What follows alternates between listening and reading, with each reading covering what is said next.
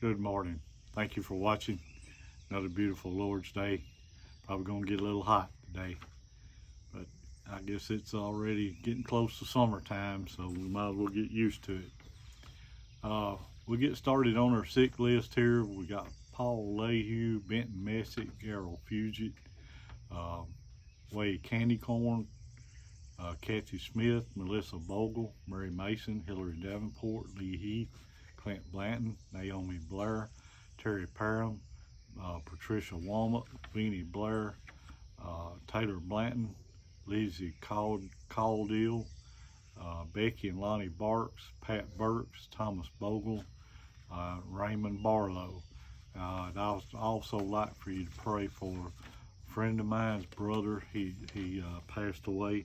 His name was Dennis Doris. Please pray for that family. That was kind of an unexpected deal there. Appreciate you keeping them in your prayers. Today I've got two articles that I'd like to share with you. These are, I kept some old church bulletins from back in the day,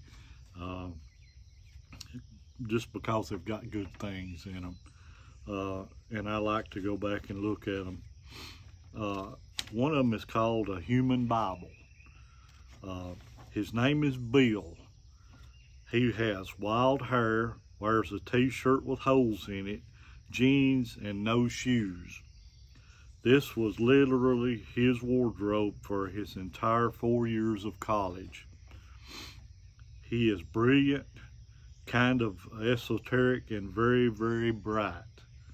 He had became a Christian while attending college. Across the street from the campus is a well-dressed, very conservative church. They want to develop a ministry to the students, but they are not sure how to go about it. So one day, Bill decides to go over there. He walks in with no shoes, jeans, his t-shirt, and wild hair.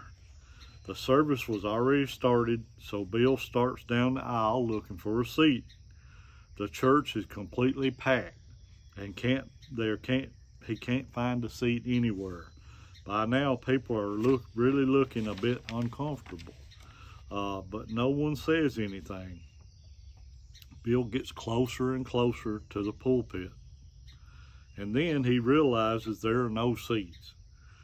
He just squats down right on the carpet. Although perfectly acceptable behavior at college, trust me, this had never happened in church before. By now, people were really uptight, and the tension was there, and the air was thick. About this time, the minister realizes that from way back in the back of the church, a deacon is slowly making his way toward Bill. Now, the deacon, in his 80s, his silver and gray hair, and had a three-piece suit. A godly man, very elegant, very dignified, very courtly. He walks with his cane as he starts walking toward this boy. Everyone is saying to himself or herself that you can't blame him for what he's going to do. How can you expect a man of his age and background to understand some college kid sitting on the floor? It just takes a long time. So it takes a long time for the man to walk to the front of the church. The church is utterly silent except for the clicking of the man's cane. All eyes are focused on him. You can't even hear anyone breathe. The minister can't even preach his sermon until the deacon does what he has to do.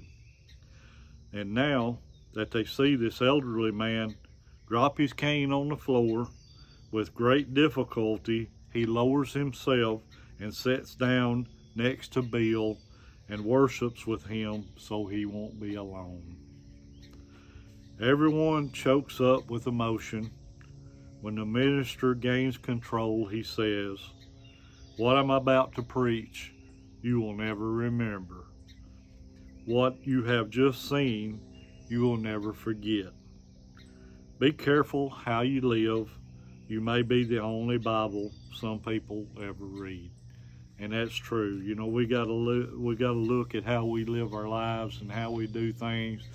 You know, if we do something nice for somebody, that's a good thing. We need to do that every chance we get. You know, if you see somebody struggling with something, give them a hand. You know, and you know, if you see somebody that got their hands loaded and they can't open a door, open it for them. It won't hurt you. Do a little extra. Go above and beyond. That's what Jesus would want us to do. So be careful when you're out. It's like you said, you may be the only Bible that somebody will ever read. The next little article I have, it says the needle and the thread, and this is a good one here. The Bible uses some interesting figures to represent Christians and their relationship to God. Vine and branches, clay and sculptor, sheep and shepherd. Another interesting metaphor came not from the Bible, but from an African convert. This young man prayed one evening, "O Lord, you are the needle, and I am the thread." He had just visited a school where girls were learning to sew. He watched intently, and he noticed a simple principle. Wherever the needle went, the thread followed. That, he decided, represented his relationship to God. If he would only stay close to the Lord, praying, reading His Word, depending entirely upon Him and following Him, God would always lead him where he needed to go. He simply was the thread following the needle. God will guide you if we follow. We often sing the song, "Trust and obey," for there's no other way to be happy in Jesus but to trust and obey. So that's a good one. Let God be the needle and we'll be the thread. Follow God closely. Learn what God has in store for us. Learn what He wants us to do. Learn God's ways. And we do that by reading the Bible and knowing what God wants for us. So these are two good little stories there. I hope you got something good out of those. That's the end of my lesson for today. Thank you for watching. We've got, please pray for our servicemen and women, our first responders, our doctors and nurses, and all the folks that take care of us and keep us safe. Please remember the folks that I've got on the sick list. We seem like we've got more on there all the time. My wife kind of keeps me filled in on some of those.